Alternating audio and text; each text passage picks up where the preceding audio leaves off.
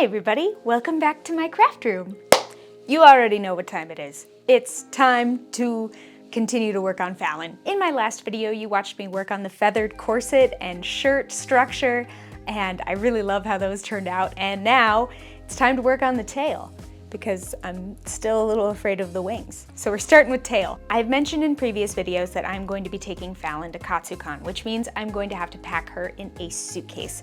And tails can take up a lot of room. So my thought is to try and make this tail as collapsible as possible. And to do that, I'm kind of taking inspiration from things like collapsible laundry baskets or like the tubes you get for a cat to play in, you know, the cat tubes. So just a bunch of circles that are going to collapse together on themselves with the fabric in between. Those things tend to be kind of more spring-loaded. I don't have to worry about the spring load because I will have gravity on my side to help it, you know, flow downwards. So I'm gonna start with making a bunch of circles, and I am going to use plastic boning. I think a more appropriate kind of material would be like hooping wire or hooping steel, but I already have so much of this, and it's nice to be able to use what I already have instead of like spending more money on stuff. And I think I'll be able to achieve a result that's pretty lightweight because I am gonna attach this to the corset, and I don't want it to be too heavy while I'm trying to walk around. Other goals I have with the tail is I want to be able to remove it with relative ease, so I'll either use something like snaps or buckles. I tend to start my cosplays with loose plan and just kind of experiment and see what happens. So let's see what happens. Starting off with my mannequin, I measured out a circle of plastic boning for the base of my tail. Then I just held the two ends together with some tape for now. And then I used that first ring to make a bunch of concentric hoops of boning. For the very tip of the tail, I took some of my warbler scraps, heated them up, and then sculpted them into a point.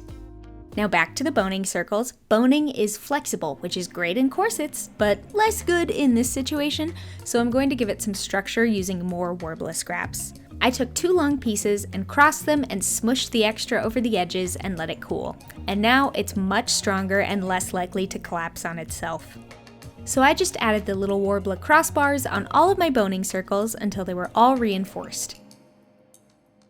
Then I took an awl and heated it up with my heat gun and used it to poke a hole through the center of the warbler pieces so I can thread a string through them. I'm just using this cotton craft twine and threading it through a plastic doll needle. And to keep it securely attached, I threaded it through a warmed up piece of warbler and smashed it together with the tail tip piece I made earlier.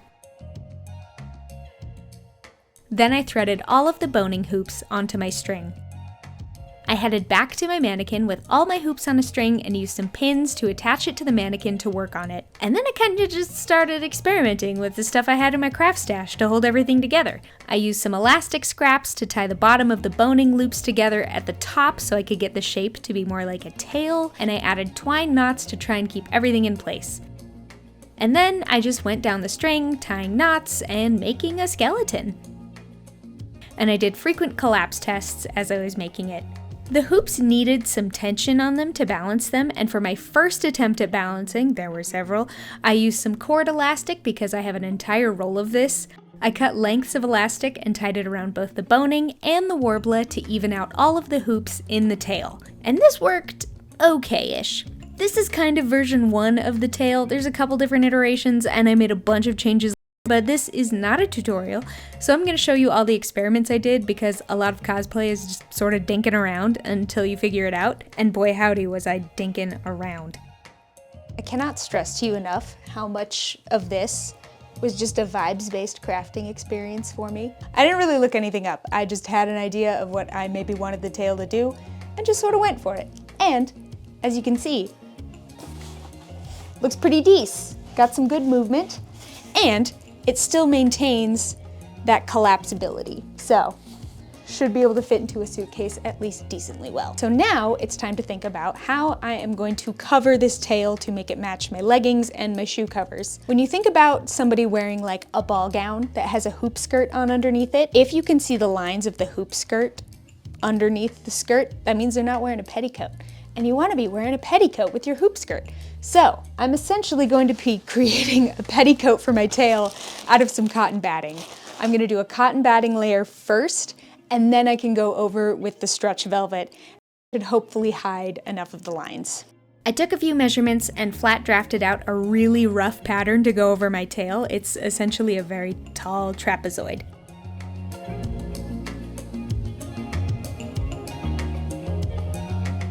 I decided before I committed to like the batting and my real fabric, I'd make a little practice one out of just some black spandex. And I'm glad I did, because there's a problem, which I knew was a possibility. So it's so collapsed. I think just fabric is too heavy for the boning.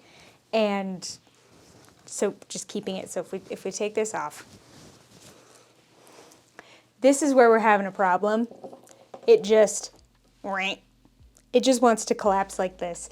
So I think what I'm going to need to do is create some support structure. I'll use Warbler for that, but just in between some of these, just so it stays kind of butted out like this, instead of just, because right now it's just, so it will be mostly collapsible.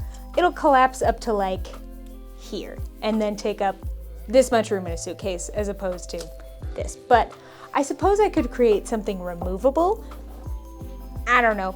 I got a month until Katsucon, so I don't really have that much time to figure it out. So I'm just gonna sacrifice some collapsibility for tail volume aesthetics.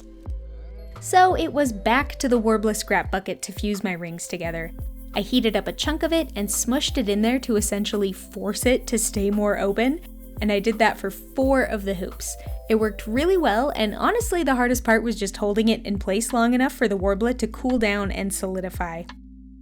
I added some more supports on the top and the bottom to really make it solid, and it looked way better. But I decided it was too short, so I took all my hard work of tying knots and cut it all apart, which was sad, but for the greater good. And then I used some more boning to make a few more loops to extend the skeleton. But I figured while the tail was pulled apart, I would add batting to the rigid part of the tail, and I just did that with some hot glue all the way down that part of the skeleton structure. I used that same cotton twine through the middle of all of the pieces, but this time I just tied knots after every boning hoop was threaded onto the twine to keep it in place. Ugh.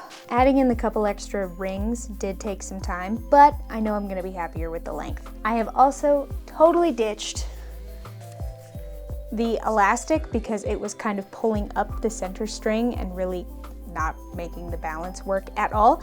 So I am opting just for the kitchen twine in here and just tying little knots throughout this, and it's staying a lot more balanced. Movement is still good. Still collapsible up to the point that I made not collapsible. So I've learned, don't use elastic, just use string.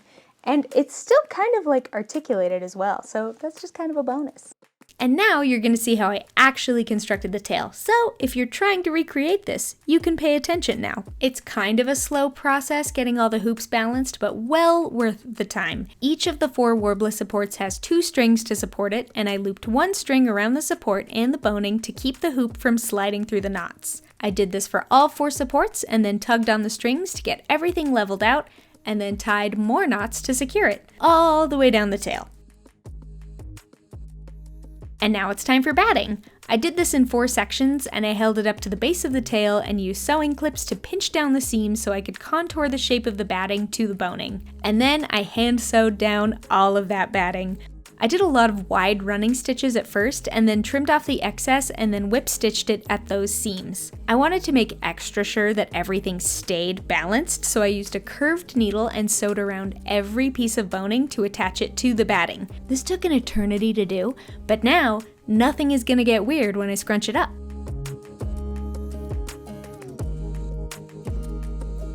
Welcome to my hallway and the little movement test.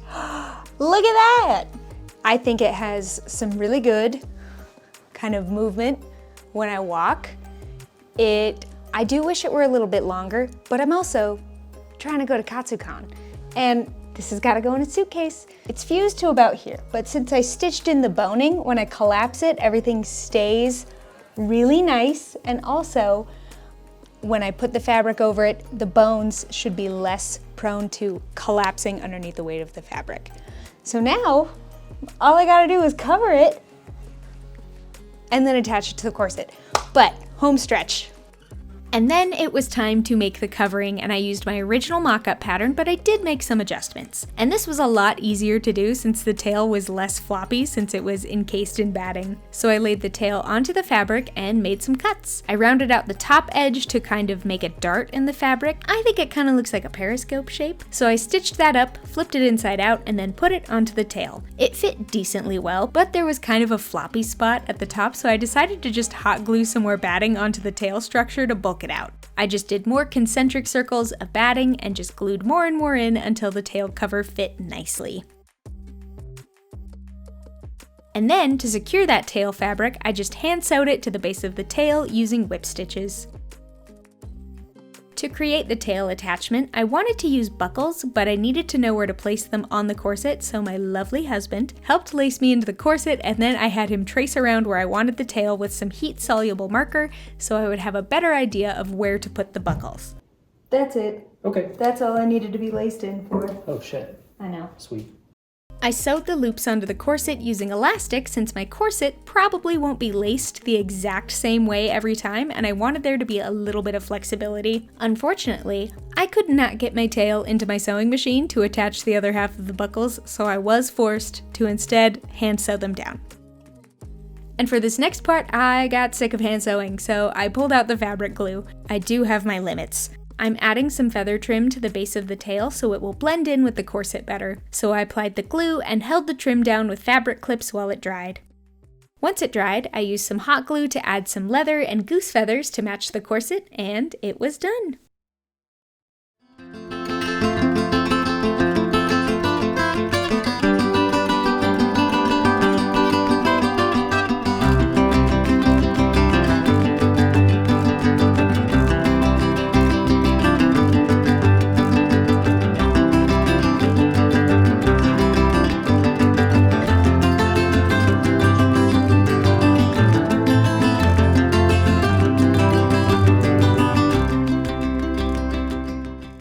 Woo! Very happy that this part of the cosplay is done. I thought I was going to be able to knock this out in a weekend. Took me about a week. That's just how this goes. It is very fun. Like I said earlier, I do wish it was longer, but that's okay. It is pretty comfortable. It's not really impeding my movement. I can still sit down, which is huge. And if I need to take it off, I totally can all by myself because I can reach back and just feel these buckles, just unclip it, get out of it. And that for me is pretty big. So, thank you so much for watching. Thanks for joining me on my adventure of learning how to make a cosplay tail. Maybe if you're making one yourself, hopefully this is at least a little bit helpful. It was kind of a chaos build. Next time I am going to be making the wings. So, stay tuned for that. Thank you so much for watching. If you want to see what I'm working on right now, you can find me on Instagram, and make sure you subscribe to my channel if you like cosplay and crafting videos. And with that, I will see you next time. Bye!